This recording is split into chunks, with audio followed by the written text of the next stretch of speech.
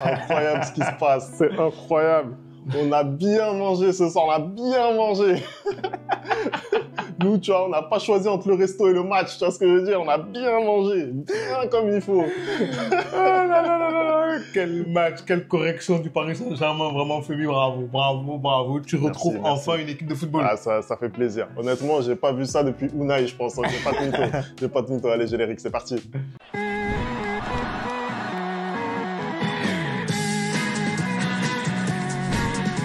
Les players, on se retrouve pour une nouvelle vidéo. Le PSG qui nous régale, le PSG qui passe 1-7 à Montpellier. 6-0, score final, c'était incroyable. Une soirée de fou au parc, vraiment. On a vu du jeu dans tous les sens, c'était incroyable. Anderson, toi, qu'est-ce que t'en as pensé? Toi qui as un regard extérieur sur cette équipe, qu'est-ce que t'en as pensé? Moi, bien évidemment, qui ai un regard extérieur et tout à fait objectif sur le Paris Saint-Germain, vraiment. Je pense que c'est une soirée quasi parfaite pour les Parisiens. Je ne vois pas ce que je pourrais dire. Quel axe d'amélioration je pourrais dire dans ce match-là. En tout cas, peut-être les coups de pied arrêtés. Mais hormis ça, absolument tout a été fait à merveille.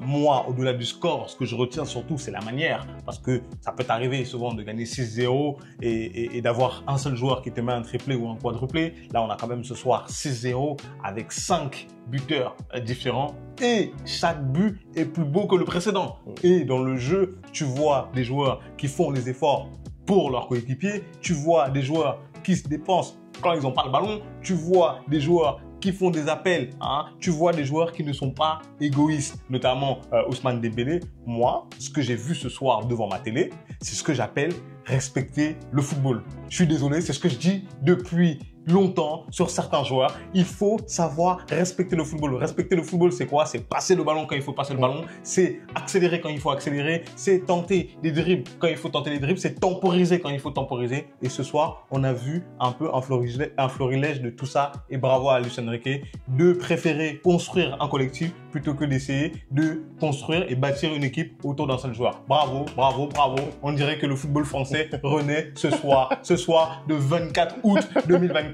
On dirait que le Paris Saint-Germain a enfin compris ce qui lui manquait et ce qu'il lui fallait pour aller chercher des titres. On verra. En tout cas, d'ailleurs, je vous invite sur Luis Enrique à aller voir son interview sur le site officiel du club. Vraiment, c'est très enrichissant. Il parle vraiment tactique, il parle de sa philosophie, il parle de la manière dont il perçoit une équipe de football et notamment le PSG à domicile qui doit vraiment presser tous ses adversaires, récupérer le ballon le plus rapidement possible. C'est exactement ce qu'on a vu ce soir. Après, bon, c'est une deuxième journée. On avait quand même des doutes sur ce PSG parce que la semaine dernière, ça gagne 4-1 au Havre, mais dans quelles conditions? Ça a été très compliqué. On se rappelle notamment des buts refusés pour le Havre où le PSG aurait pu se retrouver mené à l'heure de jeu. Ça n'a pas été le cas. Ça a fait la différence en fin de match, grâce aux entrants d'ailleurs, il faut le rappeler, parce que c'était pas non plus l'équipe type. Aujourd'hui, on a vu en termes de compo quelque chose qui va commencer à ressembler à une équipe type, Anderson, avec notamment un choix fort, celui de Marco Asensio à la place de Kolo Muani. Exactement. En fait, Luis Enrique a décidé ce soir de mettre un peu Asensio dans son rôle de faux numéro 9. Moi, j'ai pas trop compris quand j'ai vu la compo en début de match, mais en regardant le match, j'ai vu les efforts offensifs et défensifs qu'avait fourni Asensio. Plein de fois, il a dézonné.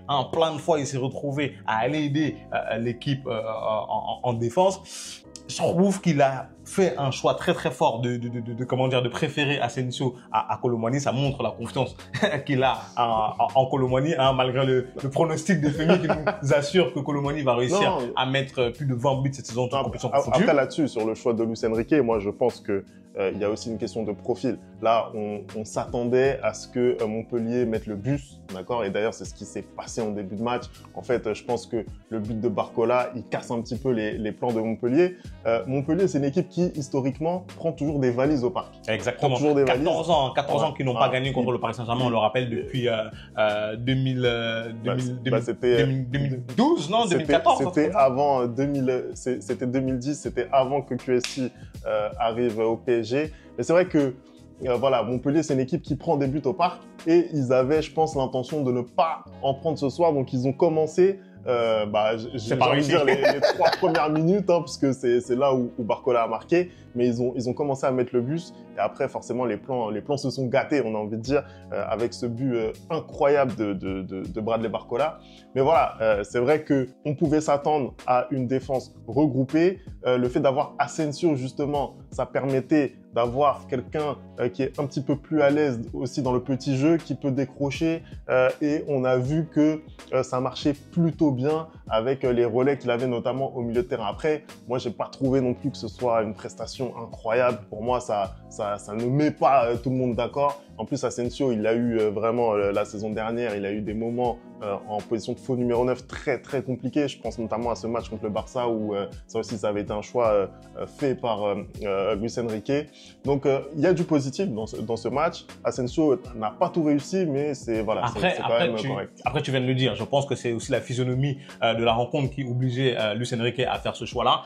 Je pense qu'un profil à la Kolo Muani n'aurait typiquement servi à rien du tout ce soir. Moi, j'aimerais qu'on revienne, Femi, sur les 2 premiers buts de la rencontre parce que je trouve que c'est les 2 buts qui, cristallisent un peu le Paris Saint-Germain que Luis Enrique a envie de façonner cette saison.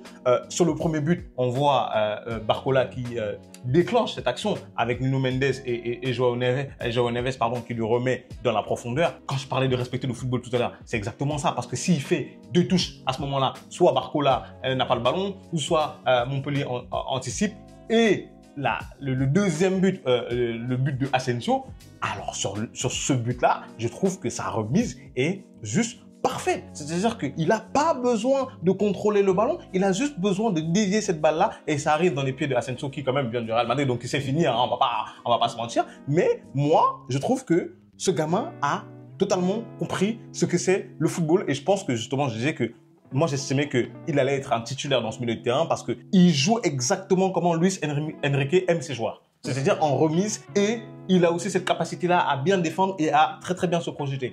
Donnez votre avis, vous, sur qui doit être titulaire au milieu de terrain, là, côté parisien, parce que ça va devenir très, très compliqué. Hein. Avec le milieu de terrain qu'on a vu ce soir, aller les sortir, ces gens-là, ça va être très compliqué. Warren m'a surpris. Warren, vraiment, c'est compliqué pour lui depuis plusieurs mois. On l'a vu, hein, il n'a pas joué non plus à l'Euro, même s'il a été sélectionné. C'est ce qui est déjà en soi une perf pour lui.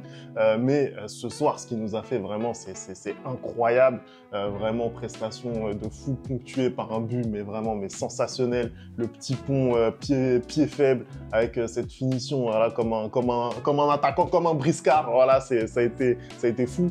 Et moi, je pense à un Fabian Ruiz, par exemple, venir rentrer dans cette équipe-là maintenant, lui qui est auréolé d'un titre de champion d'Europe, bah, ça va devenir très, très, très compliqué. Moi, j'ai envie quand même de parler du match d'Ousmane Dembélé parce que pour moi, c'est peut-être celui qui a été un petit peu en dessous dans cette équipe Anderson. Il a été un petit peu en dessous, mais il finit quand même le match avec 2 passes décisives. Hein.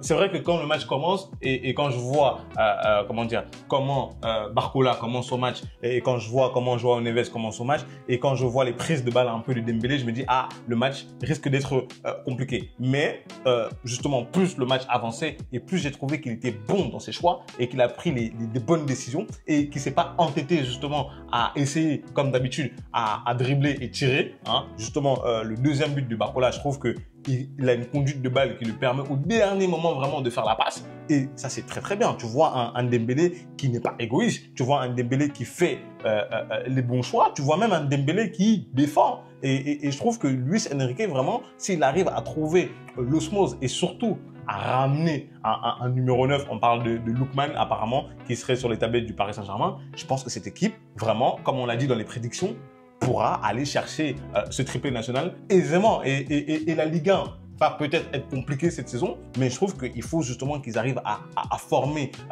ce collectif-là parce que au final, tu ne peux pas te reposer sur un seul joueur. C'est-à-dire que si toi, tu trouves par exemple que Dembélé a été un peu moins bon parmi les autres joueurs, au final, il finit avec 2 passes décisives. Tu vois ce que je veux dire? C'est-à-dire qu'au final, tu dois quand même pouvoir compter sur, si Dembélé n'est pas bon, tu dois compter sur Barcola. Si Barcola n'est pas bon, tu dois compter sur Neves et pas uniquement sur un seul joueur à qui tu donnes le ballon. Hein. Il faut que, en fait, ce que j'ai aimé ce soir, moi, c'est que les individualités se sont mis au service du collectif et non le collectif qui s'est mis au service d'une individualité. Et ça, c'est ce à quoi devrait ressembler le football, en fait, tout simplement. Moi sur le débat vraiment du numéro 9, je ne sais pas si il faut vraiment en recruter un aujourd'hui. Gonzalo Ramos, on rappelle, il n'est pas parti, hein, il est blessé. Il va certainement revenir pour les matchs qui comptent vraiment. Mais voilà, aller chercher par exemple un Ademola Lookman qui est pas forcément un numéro 9 déjà, ça me paraît compliqué. Surtout qu'à gauche maintenant, Bradley Barcola commence vraiment à prendre de la consistance. Après, il y a le cas, la chimère Victor Osimhen, qui lui est un vrai numéro 9 pour le coup, mais est-ce que son profil c'est celui qui correspond au PSG, en sachant que voilà, il faut peut-être un profil un petit peu plus technique que celui que peut présenter Victor Osimhen. Donc je sais pas si ça vaut la peine vraiment de recruter un numéro 9, et quand tu vois la prestation de ce soir, tu es en droit de te poser la question de est-ce que c'est vraiment nécessaire, tu arrives à marquer 6 fois. Après ça reste un match contre Montpellier, ça reste un match de début de saison. C'est vrai, il y a pas mal. J'ai un ami d'ailleurs qui dit ouais, faut pas qu'on s'emballe non plus. C'est le deuxième match de la saison. Je suis désolé, j'ai pas le souvenir d'avoir vu le Paris Saint-Germain jouer de cette manière les premiers matchs de la saison dernière ou des saisons d'avant encore. Je suis désolé, comment dire, la puissance qui s'est dégagée de cette équipe ce soir, et c'est pas une puissance individuelle, c'est la puissance collective. Encore une fois de plus, je te dis, il y a 6-0 et 5 buteurs différents. C'est exceptionnel, je suis désolé. Hein. Et parmi ça, Femi, j'ai envie de savoir, pour toi, ce soir, qui est ton homme du match. On va voir si on a le même. Écoute, c'est difficile d'en sortir un. Moi, j'ai hésité entre deux.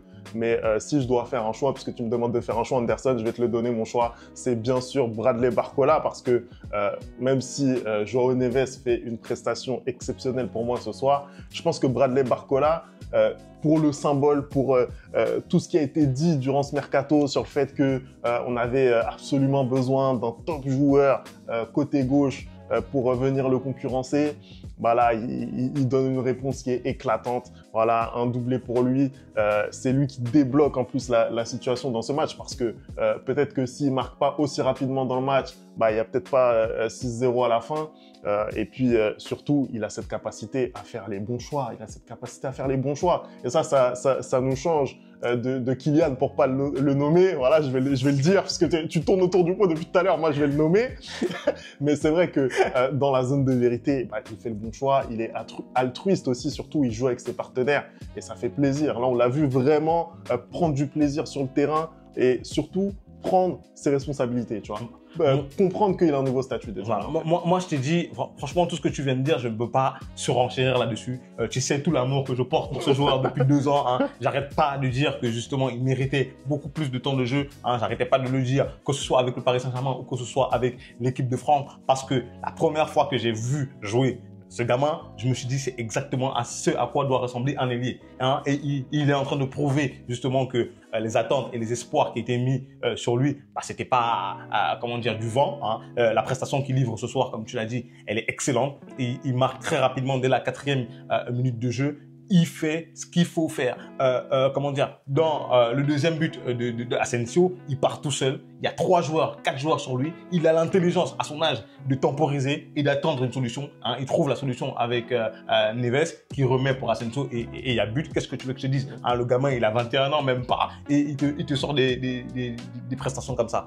Moi, j'ai envie de te poser une autre question, Femi. Hein. Et tu sais que je suis un homme des métaphores. Tu sais que je suis un homme qui aime beaucoup la prose. Et je vais commencer par ça avant de te poser une question. J'ai l'impression que depuis qu'on a retiré la pomme pourrie de la corbeille à fruits, les autres fruits se portent mieux et que la salade de fruits est excellente. Donc ma question c'est la suivante. Est-ce que tu penses que cette équipe parisienne au niveau collectif n'était pas bridée par la présence et même l'omniprésence d'une individualité qui est maintenant partie du club?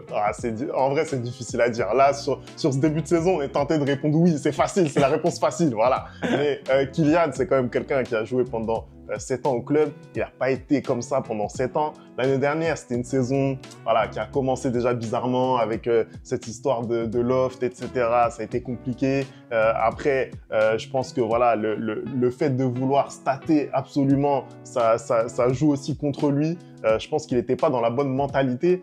Pourtant, moi, je pense que Mbappé, intrinsèquement, il avait les qualités pour bien jouer dans cette équipe. Mais malheureusement, je pense que voilà, trop d'ego, ça a inhibé un petit peu ses coéquipiers autour de lui. Là, aujourd'hui, on sent que vraiment, c'est un projet où tout le monde est à la même hauteur, tout le monde a la même importance, j'ai envie de dire. Tout le monde pense qu'il peut justement apporter au collectif. Et pour moi, c'est ça qui a vraiment changé. Les leaders de cette équipe, qu'ils soient techniques ou morales, eh ben, ils n'ont pas de casserole en fait derrière eux. C'est des leaders, des joueurs comme Vitinha par exemple. C'est un joueur que tu as envie de suivre, quoi qu'il arrive. Tu as envie de le suivre. Il est leader par la technique, leader par l'exemple, notamment voilà dans son travail au quotidien, etc. Il a permis aussi à João Neves de mieux s'adapter. Donc pour moi, c'est ça vraiment qui a changé avec le départ de Kylian Mbappé, qui était la dernière grande star de cet effectif.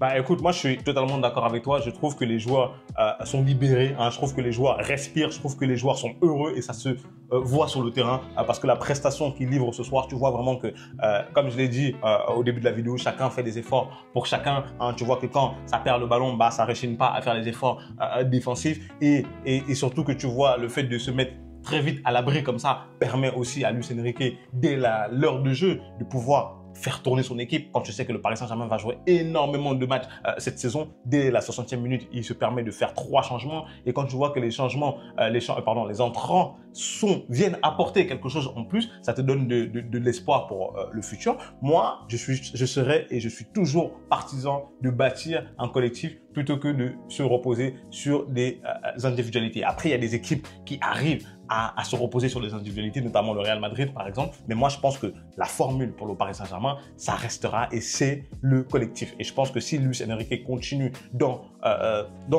ce sens-là, hein, ça ne peut que lui réussir. Bien évidemment, tu peux avoir une individualité, mais tu peux pas avoir une individualité de la trempe de Kylian parce que c'est quelqu'un qui va vouloir absolument attirer tous les ballons et qui va vouloir absolument mettre tous les buts. Tu peux avoir une individualité de la trempe d'un Karim Benzema. Je sais que j'aime beaucoup le prendre en exemple, mais typiquement, tu mets Karim Benzema en neuf dans cette équipe, mais qu'est-ce qui se régale?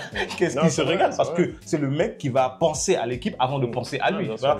Le football, ce n'est pas qu'une question de stats. Hein. Il faut que les gens comprennent que le football, ce n'est pas qu'une question de stats. Le football, c'est aussi faire jouer ses partenaires, faire le geste qu'il faut quand il faut le faire et essayer d'avancer ensemble. Voilà. Écoute, on va voir ce que ça va donner pour le PSG. Prochain match pour Paris, c'est contre Lille, hein, déplacement. Donc à Lille, ça va être compliqué. Lille qui joue la Ligue des Champions, on le rappelle. Au moins les barrages de la Ligue des Champions, ils sont en ballottage extrêmement favorable face au Slavia Prague, donc pour se qualifier. D'ailleurs, ils vont jouer en milieu de semaine. Peut-être que ça va les désavantager sur ce match de dimanche prochain. Donc ça va être le premier gros test pour les Parisiens. J'attends de voir ça. Moi, je voulais juste terminer cette vidéo en parlant quand même de Montpellier, parce que Montpellier, sincèrement, ils ont absolument rien proposé, alors qu'il y a quand même des joueurs de qualité dans cette équipe. Moi, j'ai envie de parler un petit peu d'un joueur comme TJ Savanier qui a encore régalé dans une moindre mesure, parce que voilà, ça a été compliqué pour Montpellier, mais quand même, quand il a le ballon, on sent que il se passe quelque chose. Voilà, quand tu as des joueurs comme Wabi Kazri quand même qui connaît bien la Ligue 1, des Arnaud Nordin, voilà, c'est une attaque quand même qui doit pouvoir faire mieux, qui doit au moins marquer. Tu veux faire quoi contre ce Paris Saint-Germain? Je suis désolé, tu veux faire quoi contre ce Paris Saint-Germain? Et en plus, en début de saison, moi j'ai envie de te dire que apparemment Montpellier, hein, ils travaillent et ils sont beaucoup plus, comment dire, enclins à ouvrir leur bouche en dehors des terrains plutôt que sur le terrain. Hein. Vous comprenez ce que je veux dire? Moi, sincèrement, par contre, hein, ce dont vient de parler Anderson, moi, je suis désolé, c'est honteux. Un président de club qui t'explique que 30 €, c'est le prix d'un resto. En gros, voilà, tu dois choisir entre ton abonnement DAZN et un resto, c'est honteux et ça montre surtout à quel point le gars n'a pas ces problèmes-là en fait. Mais surtout ça montre à quel point le gars, hein, que le fruit est tombé bien loin de l'arbre en fait. Ah non, mais c'est bien loin de l'arbre. Hein. J'ai l'impression que je fais que des métaphores sur les fruits ce soir. C'est vraiment un scandale. D'ailleurs, j'aimerais vraiment qu'on fasse une vidéo sur les droits TV parce que là, ce qui est en train de se passer, c'est du n'importe quoi. C'est vraiment n'importe quoi. Là, on a une élection, notamment à la LFP qui va arriver avec je sais pas combien de candidats. Ils sont au moins 7 pour briguer le poste. C'est du n'importe quoi, c'est du jamais vu. Et je pense que les vrais responsables, il faut qu'ils soient pointés du doigt parce qu'on parle beaucoup de DAZN et de son abonnement à 30-40 euros. Il faut vraiment que, voilà, faut vraiment qu'on remette un petit peu l'église au milieu du village. Voilà. Je pense qu'on va finir là-dessus. On va finir là-dessus, c'est pas mal. Merci d'avoir regardé cette vidéo. On n'oublie pas les bonnes habitudes, @le replay foot. Et nous, on se retrouve très très vite pour une nouvelle vidéo. Ciao.